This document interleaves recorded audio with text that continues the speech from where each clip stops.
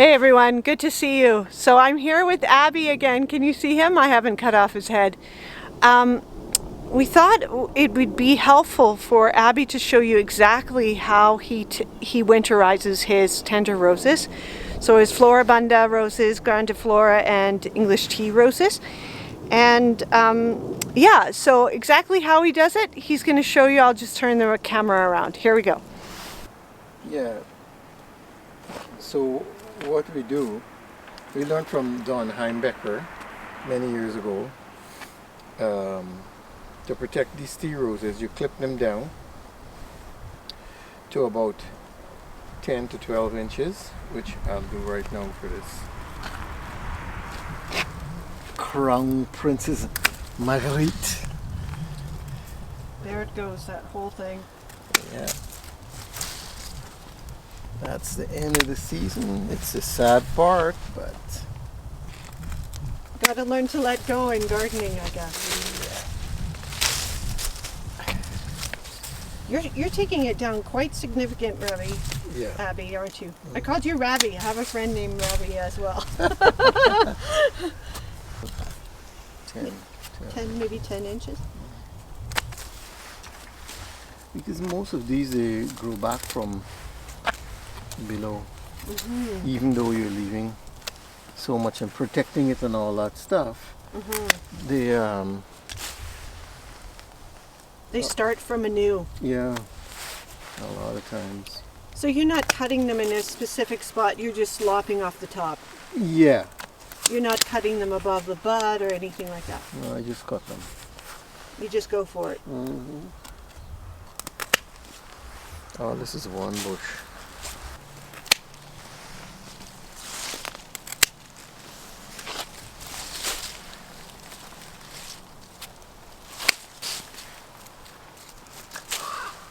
And we try, remember I told you for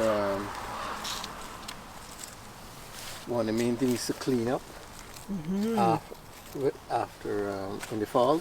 So we don't like to leave any of these leaves because below the leaves a lot of times they have eggs and stuff like that to take. Like, I guess it's eggs.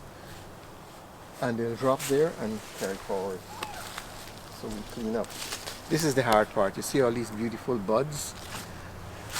Oh, you have to say goodbye. Yeah, they look like they're just about to come to fruition. They need the heat as well, so sometimes I cut them and put them in water and they'll open. I think those will open. So that was Tahitian's nice rose.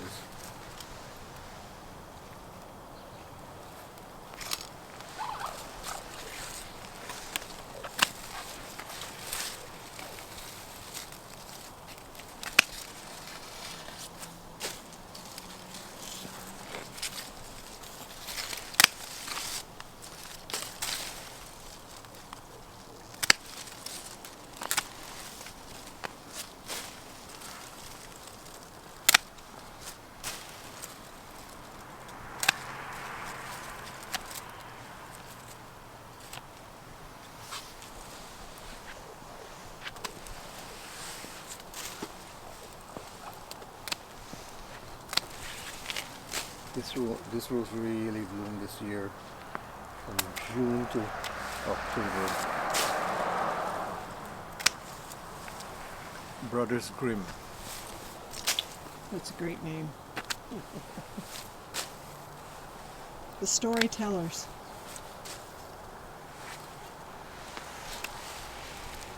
A lot of this I did before. This one was so thick I didn't get in there. Now I'm trying to take off these lower leaves.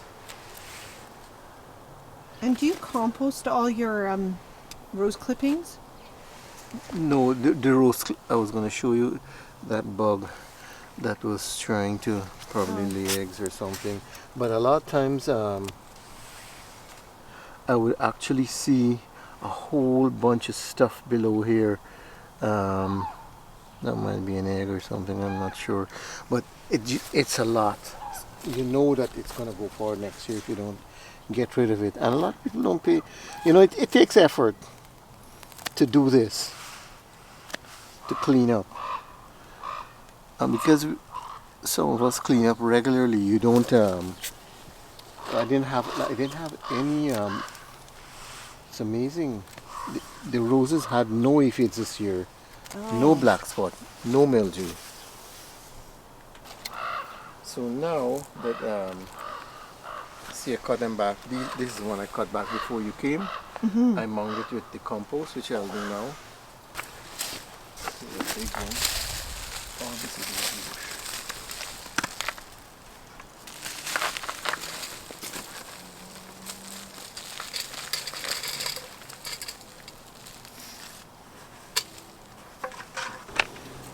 Yeah, this is my method of fertilizing them, I guess.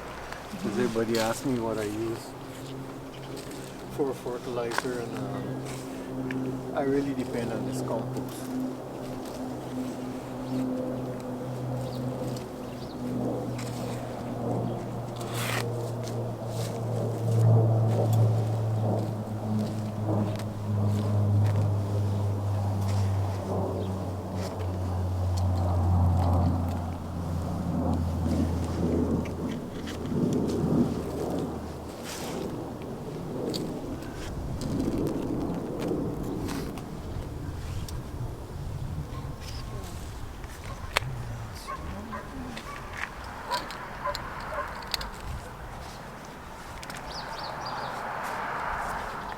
Protect them as much as possible from the frost.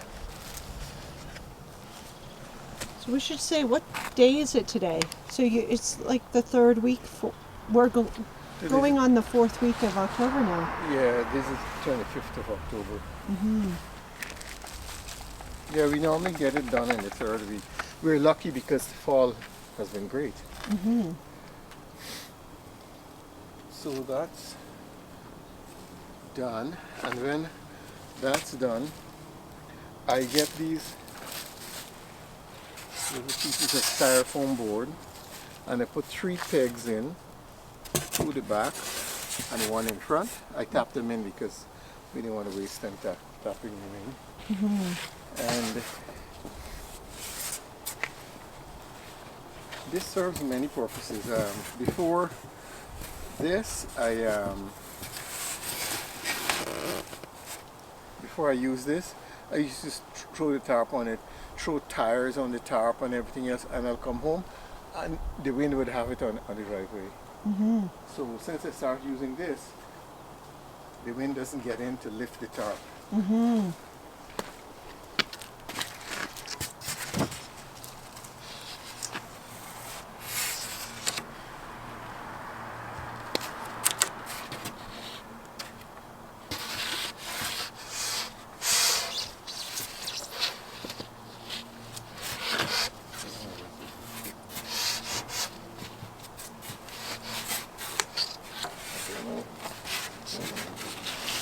Abby, do you have any bulbs or anything planted in between? I have some bulbs in that corner there, but because they start to grow early, sometimes when I'm ready to take this down, they're yellow. You know, there's yellow, and they start to grow early in there. So because I have some at the back, and every year I have to try and make sure I open up it earlier than I want to. So when do you usually take the protection off? Pardon? When do you usually take the protection off once you've done all this? In the spring, when do you usually remove it all? Around the 3rd week in April. 3rd week of April. Okay. But you find you have to do it a little bit early if you have the bulbs in there? Yeah, because they start to grow. And what is the styrofoam board? Do you cut it into pieces? Yeah. And you just get it like in large sheets? Yeah, we did it years ago. It comes in 8x4 sheets. Okay. 8x4 sheets. So So, and this has lasted you quite a time. You just keep on reusing them every year. Yeah. Yeah, you don't have to redo it.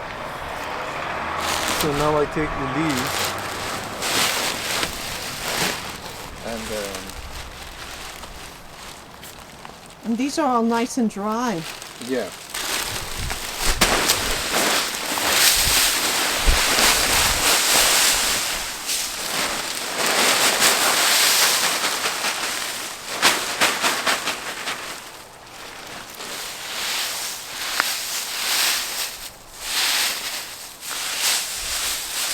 This part we didn't learn from Don.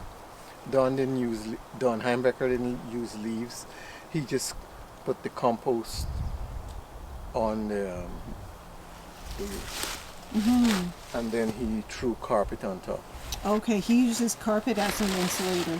Yeah. Okay, so Don is part of the Rose Society, hey? Used to be. He used to be. He passed on. Oh.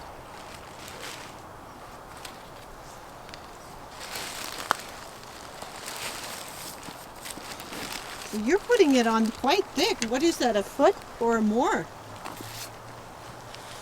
It squishes down after a while. Right.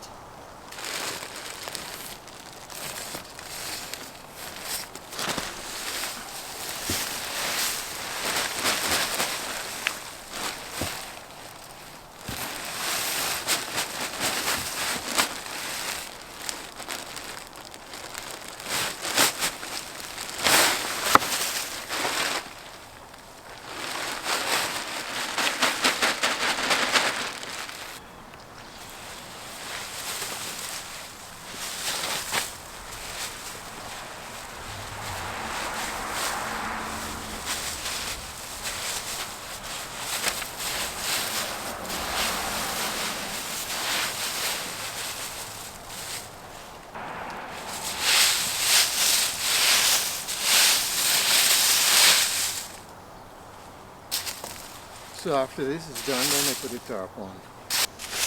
You're insulated. You're not your ordinary thin tarp. Okay. If you look,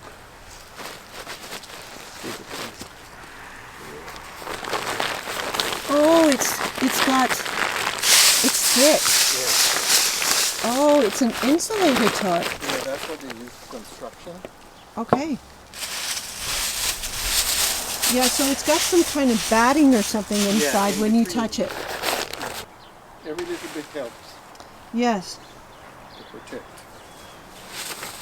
Well, when I was going through your roses and looking up what zones they were, I couldn't believe it. Like, Yeah.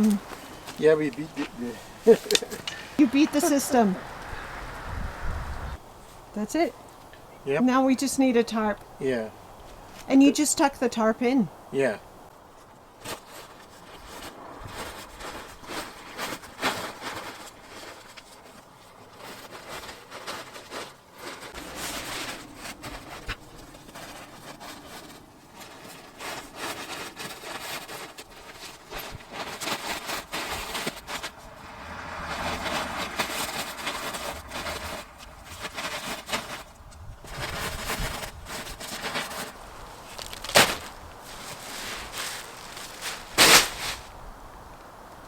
So then I'll just take some little heavy things like that and put them every so.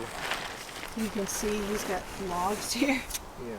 So that the wind doesn't pick it up. Right. And that's it. And that's it. So guys, Abby has something to show us, this fantastic calendar that he does up. Do you want to describe this calendar and what you do with the funds that you've raised from it? Sure.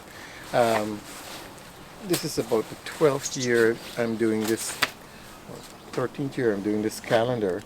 And I take pictures of the garden during the year.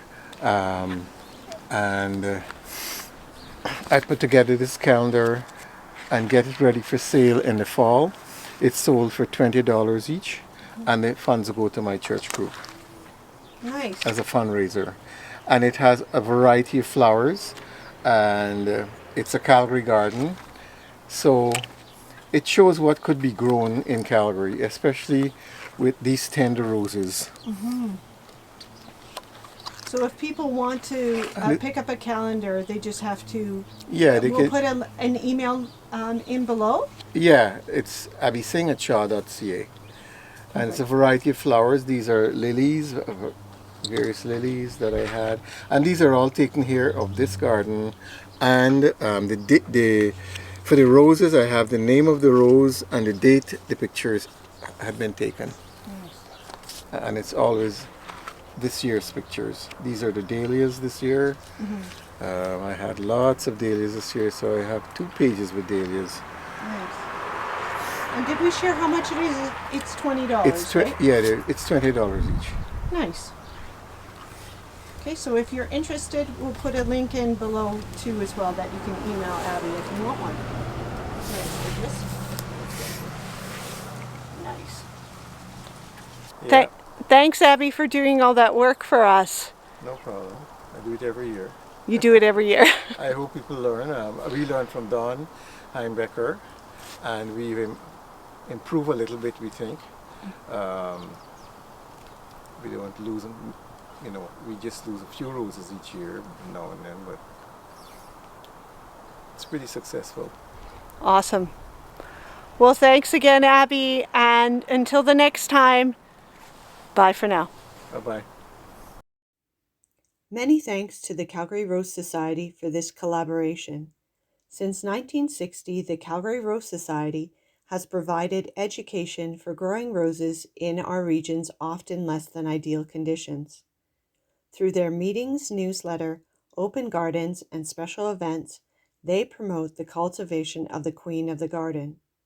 Membership information is available at calgaryrosesociety.ca.